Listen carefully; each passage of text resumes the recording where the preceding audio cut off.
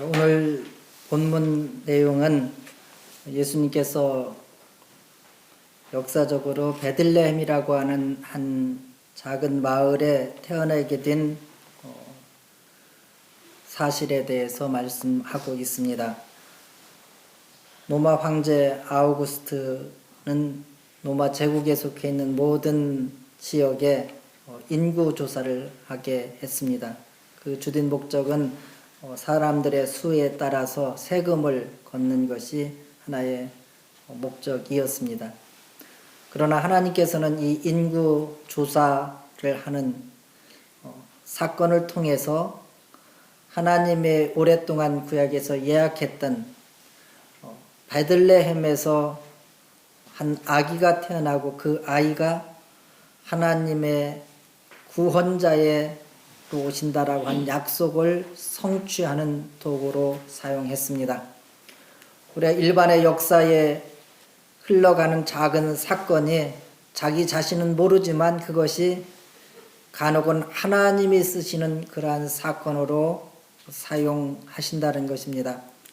우리 남선원에서 우리 남산교회가 시작한 것은 그냥 우연한 사건으로 볼 수도 있지만 그러나 이 작은 사건에 하나님의 계획이 있고 10년, 20년 후에 이 모임의 시작이 원대하게 되고 또 여기서 함께 예배 받던 우리 학생들이 정말 하나님의 인도하심을 받아서 이 땅에서 정말 크게 성공하는 모습을 본 그때가 된다면 이 사건은 그냥 우연한 사건이 아니라 하나님의 계획한 사건이라고 우리가 믿게 될 수 있을 것입니다.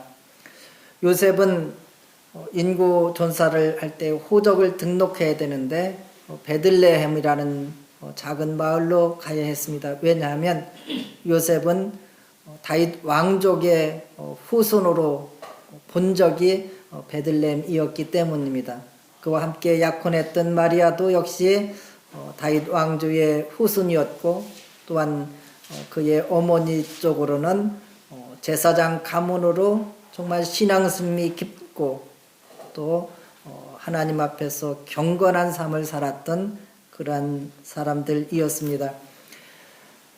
북쪽에 위치했던 갈릴리 나사렛이라는 지역에서 남쪽의 끝에 예루살렘 밑에 있는 베들레헴까지 거리가 약 144km가 됩니다.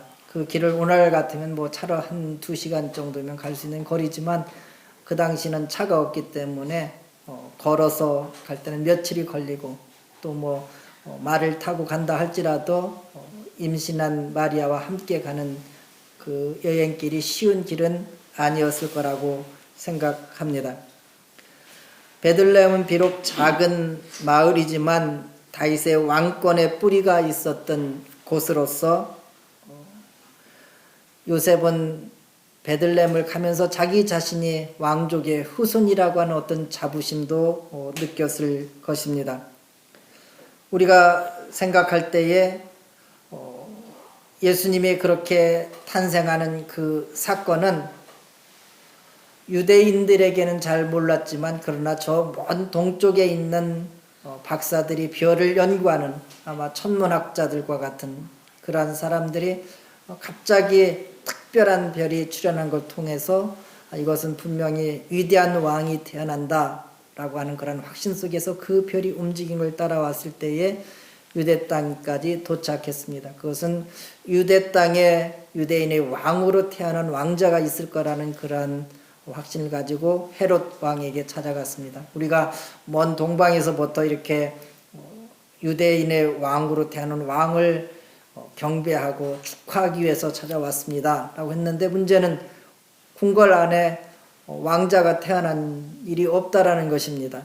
그래서 온 궁궐이 발칵 뒤집어졌습니다. 왜냐하면 헤롯의 왕의 아들이 태어났다면 그 아들이 차기의 왕이 된다라고 기뻐할 수 있지만 아들이 태어나지도 않았는데 다른 어떤 아이가 태어난 그 아들이 유대의 왕이 된다라고 하는 것은 아주 정권이 바뀌는 것처럼 그렇게 큰 소란이 일어났습니다. 그래서 이 헤롯 왕이 대제사장과 율법학자들을 다 불러서 유대인의 왕 그리스도가 어디서 태어나느냐 이렇게 물어보았습니다. 그때에 대제사장이 하는 말이, 그것은 성경에 보면 미가서 5장 12절에 보면 다윗의 혈통으로 유대의 왕이 태어나는 메시아는 작은 마을이지만 베들레헴이라고 하는 곳에 태어난다고 그렇게 약속이 되어 있기 때문에 그러면 베들레헴에서 태어났습니다. 이렇게 대답을 했습니다. 우리가 이 대제사장과 율법학자들은 성경을 많이 연구한 해박한 사람들이었기 때문에 하나님이 구원자를 보내주시겠다라는 약속도 알고 있었고, 그리고 그 약속한 아이가 태어나는 것이 베들레헴이라고 하는 장소라는 것까지도 알고 있었고, 그러나 머리는 알고 있었지만 그 사실을 실제적인 사건으로 받아들이지는 않았다라는 것입니다. 오늘날의 많은 사람들이 예수님이 누구인지 어떤 분인지 알고 듣고 있습니다. 그러나 그 알고 듣고 있는 것이 그들의 삶을 좌우하지는 못합니다. 우리가 아는 것과 그것을 실제적인 내 삶 속에서 경험적으로 이 사건이 일어나고 이 사건이 나에게 큰 영향을 준다라고 받아들이는 것은 다른 것이기 때문입니다. 그 점에서 볼 때에 헤롯 왕은 더 실제적으로 예수님의 오심에 대해서 관심을 가졌습니다. 그것은 자기의 정권과의 밀접한 영향이 있기 때문에 관심을 가질 수밖에 없었습니다. 그는 유대인의 왕으로 태어난 그 사람에 대해서 관심을 갖고 그저 관심만 가지고 있었던 것이 아니라 그분이 바로 그리스도요 하나님이 약속한 메시아라고 생각을 가지고 있었습니다. 헤롯 왕이 율법학자에게 질문할 때에 유대인의 왕이 어디서 태어나겠느냐 이렇게 물어보지 않고 그리스도가 어디서 태어나느냐라고 물어본 것은 이 베들레헴에 태어난 아기 예수님이 세상을 구원하는 왕적인 그리스도이시라고 하는 사실을 믿었다라고 볼 수 있습니다. 그러나 믿는 것과 그것을 실제로 받아들이고 영접하는 것은 다른 것입니다. 많은 사람들이 예수님이 이 땅에 하나님의 아들로 오셨다라고 하는 성찬절을 지내고 크리스마스를 보냅니다. 그러나 그분이 바로 나를 구원하시는 하나님의 아들 메시아라고 고백하고 그분을 의지하며 그분 안에서 영원한 생명이 주어지는 하나님의 은혜, 하나님의 영원한 선물이 있다라고 하는 것들은 믿지 못하고 산다는 것입니다. 오늘날에도 마찬가지입니다. 크리스마스는 그저 예수님이 탄생한 날을 기념하는 것, 그것은 상식적인 일이 되었습니다. 예수님의 당시에도 처음 예수님이 탄생하셨을 때에 그저 한 아이가 태어났다라고 하는 평범한 하루의 시작이었을 것입니다. 그러나 하나님의 아들이 태어나신, 그리고 그 하나님의 아들을 믿는 자에게 하나님이 영원한 생명을 주신다라고 하는 것들은 잃어버리기 쉽다라는 것입니다. 올해부터는 그 불교의 조계종 사원에도 크리스마스 추리를 한다라고 그렇게 장식한 모습을 TV에 나오는 모습을 보았습니다.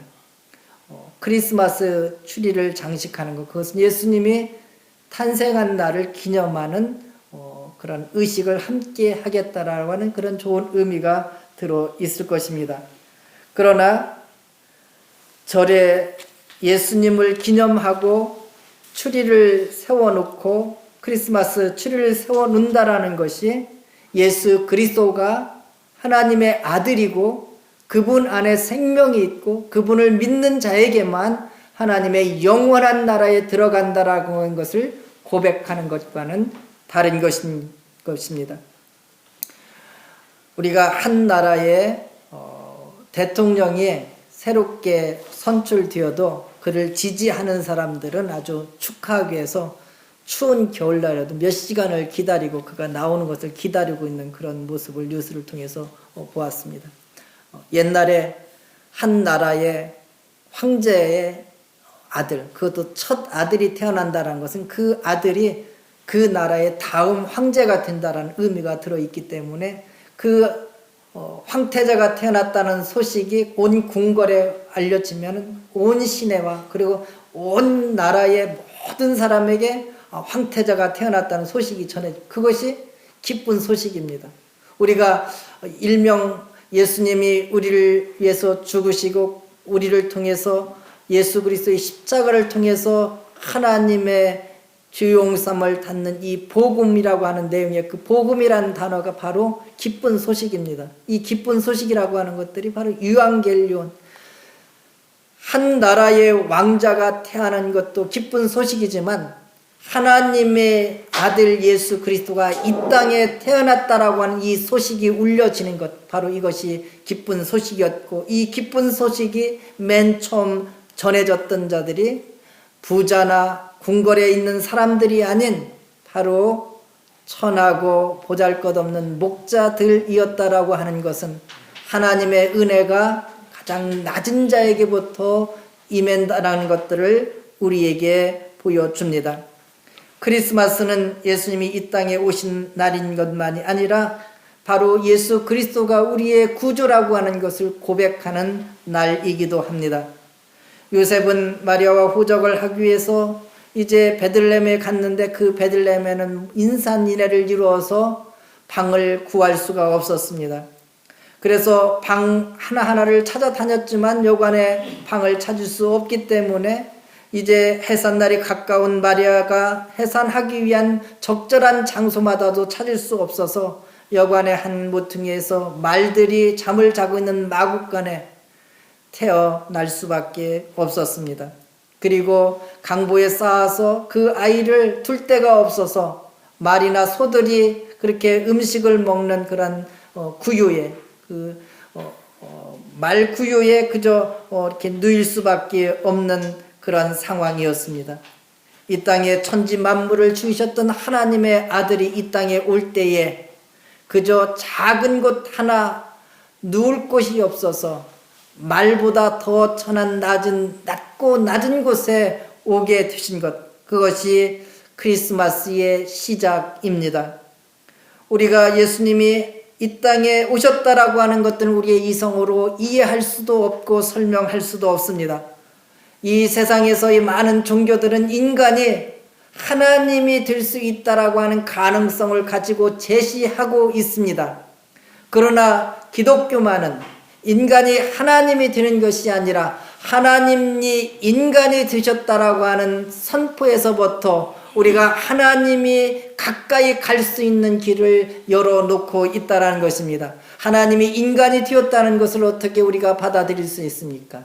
그것도 처녀의 몸에서 성령으로 잉태되었다는 것들을 어떻게 설명할 수 있겠습니까? 만약 그것을 과학적으로 설명한다 할지라도 하나님이 이 땅에 처녀의 몸으로 작은 아들의 생명으로 이 땅에 오셨다라는 그 의미를 어떻게 설명하고 이해할 수 있겠습니까? 필립 얀시란 목사님은 이 땅에 하나님의 아들이 이 땅에 가장 낮은 말교인 이 성탄절의 사건들을 이렇게 설명했습니다. 창조자가 지구상의 피조물 가운데 한 부분이 되신다는 이 사실이 어떻게 이해할 수 있겠습니까? 어디에도 견줄 수 없고 전혀 생소하며 유일무이한 사건이었습니다. 춥고 어두운 어느 날 밤 베들레헴 굴곡진 언덕 위에서 영계와 물질계가 극적으로 교차되었습니다. 처음도 없고 나중도 없으신 하나님께서 인간의 시간과 공간 안으로 들어오신 것입니다. 우주를 가득 채우고 계신 하나님께서 시글뜨기 아이가 되셨습니다. 다른 평범한 아이들과 똑같이 걷는 것과 말하는 것을 배웠고 혼자 옷을 입는 법을 배우셨습니다. 이것이 하나님이 사람의 몸을 입음으로써 의도적으로 완전하지 못한 결함 속으로 약점 속으로 들어오신 것을 의미합니다. 그의 진지하심은 당시의 통용어였던 아람어를 하나하나 배워하는 한정적인吞으로 바뀌었고 온 우주에 충만하신 그의 편재하심은 두 발로 걸어 나귀를 타야 하는 몸으로 바뀌었습니다. 그의 전능하심은 나무를 켤 정도로 힘이 없었지만 자기를 방어할 수 없는 나약한 상태로 변했었습니다.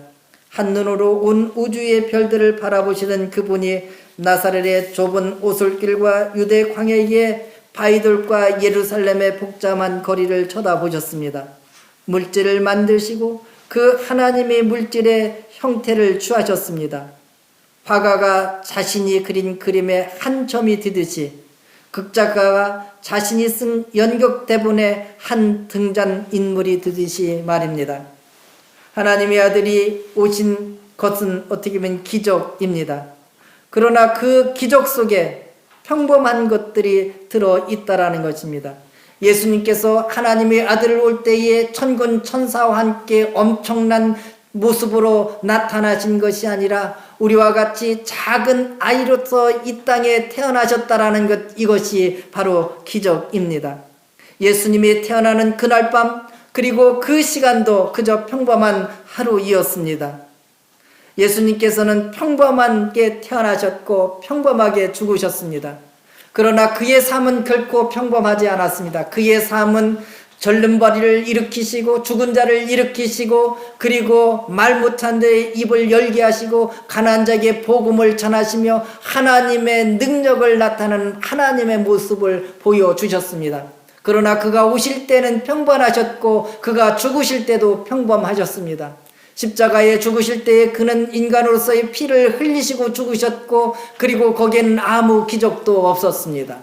예수님의 생애 속에서 죽은 자를 살렸던 능력을 가진 하나님의 아들이 십자가에 죽으실 때는 그저 평범하게 그저 무능하게 죽으셨던 모습을 보게 됩니다. 예수님이 이 땅에 오신 것도 평범한 사건이었고 예수님이 이 땅에서 마지막 죽으시는 것도 평범하신 것입니다. 우리는 위대한 일은 위대하게 만들어지는 것이 아니라 평범해서 시작해서 평범한 것으로 끝나는 것, 이것이 하나님의 위대하신 것입니다. 성탄절의 가장 중요한 것은 무엇입니까? 그것은 이 땅에 작은 아이로 출생하신 예수 그리스도가 바로 우리를 구원하시는 구주신 것을 믿고 받아들이는 것입니다. 캐나다의 몰트리올이라고 하는 한 작은 크리스천 초등학교에서 실제적으로 있었던 일입니다. 윌리라고 하는 약간 모자란 9살 난 아이가 있었습니다. 다른 아이들보다 말도 좀 더듬고 생각도 좀 뒤떨어졌습니다. 그래서 그 학교에서 이제 미션 학교이기 때문에 성탄절이 가까우면 성탄절 연극을 준비해서 모든 학부모들이 다 모인 곳에서 이렇게 학예회처럼 발표하는 그러한 연극이 있었습니다. 선생님이 고민이 되었습니다. 이 좀 뒤떨어진 윌리에게 무슨 역할을 맡겨야 되는, 그리고 또 이 윌리가 자기도 꼭 성탄절에 꼭 한 배역을 맡아서 자기도 연극에 참여하기를 원한다고 그렇게 사정을 했습니다. 그래서 선생님과 또 아이들께 의논하면서 그러면 윌리한테 이번에 배역을 하나 주는데 가장 쉬운 걸 주자. 가장 쉬운 게 뭐겠습니까? 그 성탄절 연극에서 가장 쉬운 게 뭐겠습니까? 저도 이렇게 미국에서 아이들 이렇게 성탄 연극을 할 때에 미국 우리 한인 교포 아이들은 한국말을 잘 못하니까 훨씬 더 어렵습니다. 그래서 대본은 아주 짧게 하고 그 중간중을 계속 크리스마스 찬양들을 계속 집어넣어서 이렇게 오페라식으로 이렇게 꾸몄는데 그 중에 가장 쉬운 게 뭐냐? 여관집 주인이에요. 왜냐하면 그 여관집 주인은 그저 방 없어요 이렇게만 하면 되기 때문에 아주 가장 쉽습니다. 그래서 이 윌리에게 그 여관집 주인 역할을 맡게 했습니다. 그래서 이제 크리스마스 이브가 되어서 모든 사람이 모여서 연극이 시작되었습니다. 배가 이렇게 부른 마리아와 요셉이 함께 여관집에 와서 문을 두드렸습니다. 그리고 문을 열고 이 윌리가 나와서 말을 했습니다.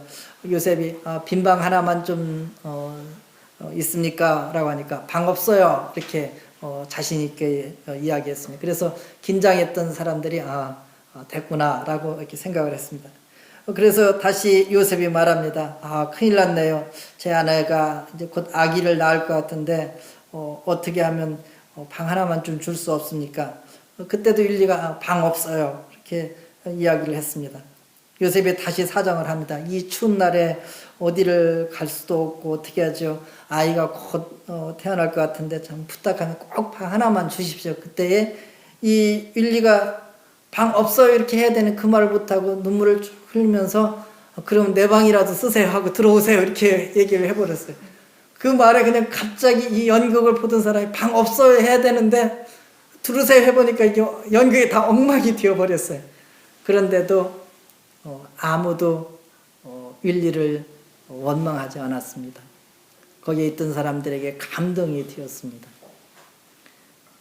성탄절에 가장 중요한 것이 무엇입니까? 우리가 즐기고 기뻐하고 선물을 주기도 하고 선물을 받으면서도 예수 그리스도가 우리의 마음속에 영접하지 못한다면, 예수 그리스도가 우리의 삶을 주관하는 주인으로 모시지 못한다면 그 성탄절의 의미는 없다라고 생각합니다. 첫 번째 성탄절의 의미는 모든 사람이 즐겼던 날은 아니었습니다. 그것은 작은 몇 사람들, 마리아와 요셉이 하나님의 아들이 태어난 기적을 경험하는 작은 날이었고, 그리고 모든 광야에서 벌어져 있던 목자들에게 천군 천사가 울려와서 예수 그리스도의 탄생, 하나님의 약속의 아들 메시아가 탄생했던 소식을 전하지는 몇 사람의 소수의 사람들에 의해서 성탄절은 보내게 되었습니다. 크리스마스는 바로 이 땅에 아이로 오신 예수 그리스도를 향하여 예배하는 예배의 날입니다. 크리스마스, 그것은 그저 즐거운 날이 아니라 첫 번째 크리스마스는 바로 예배와 경배하는 날이었습니다. 크리스마스라는 뜻이 무엇입니까? 그것은 영어로 크라이스트, 그 다음에 마스라고 하는 얘기는 예배라는 뜻입니다. 예수 그리스도를 향한 예배, 그것이 바로 크리스마스의 의미입니다. 첫 번째 크리스마스는 천군 천사로부터의 예배가 시작되었습니다. 하늘의 문이 열리고 한 천사가 예수 그리스도의 탄생을 위치고 나타났을 때에 거기에 화답하기 위하여 많은 천사들이 우렁차게 울려 퍼지는 하늘의 웅장한 찬양대로부터의 크리스마스는 시작되었습니다. 지극히 높으신 곳에는 하나님의 영의 땅에서는 기뻐하심을 입은 모든 사람에게 평화라고 울려 퍼지는 이 찬양이 바로 크리스마스의 시작이었습니다. 우리가 크리스마스는 하나님께 영광을 돌리는 날이고, 그리고 예수 그리스도를 통하여 평화와 은혜를 입었던 사람들에게 은혜를 더해주는 귀한 날입니다. 우리가 유념할 것은 기뻐하심을 입은 모든 사람들 중에 평화이라는 것입니다. 모든 사람들에게 크리스마스를 통하여 평화가 임하는 것이 아니라 바로 하나님으로부터 기뻐하심을 입은 자, 하나님으로부터의 은혜를 입은 자들에게 평화가 임하는 날입니다. 예수 그리스도가 이 땅에 오신 것은 우리에게 평화를 주기 위해서 오셨습니다. 그러나 그 평화를 주기 위하여 예수님은 고난의 길을 선택하였고, 그리고 이사야 54장 5절처럼 그의 찔림은 우리의 헌함을 인하며 그의 상함은 우리의 죄악을 인함이라. 그가 징계를 받음으로 우리가 평화를 누리고 그가 책직에 맞음으로 우리가 나음을 입었다라고 하는 약속의 말씀처럼 예수님의 고난, 예수님의 십자가의 죽음을 통해서 우리에게 평안을 주고 우리에게 기쁨을 주게 된 것입니다. 크리스마스는 우리가 하나님 앞에 예배하는 날입니다. 1818년에 늦은 밤에 성탄절 앞두고 한 오스트리아의 작은 시골 마을에 목사였던 요셉 무르에게는 걱정이 있었습니다. 그것은 다음 주가 크리스마스인데 이 오래된 교회의 올겐이 고장나서 고칠 수가 없게 된 것입니다.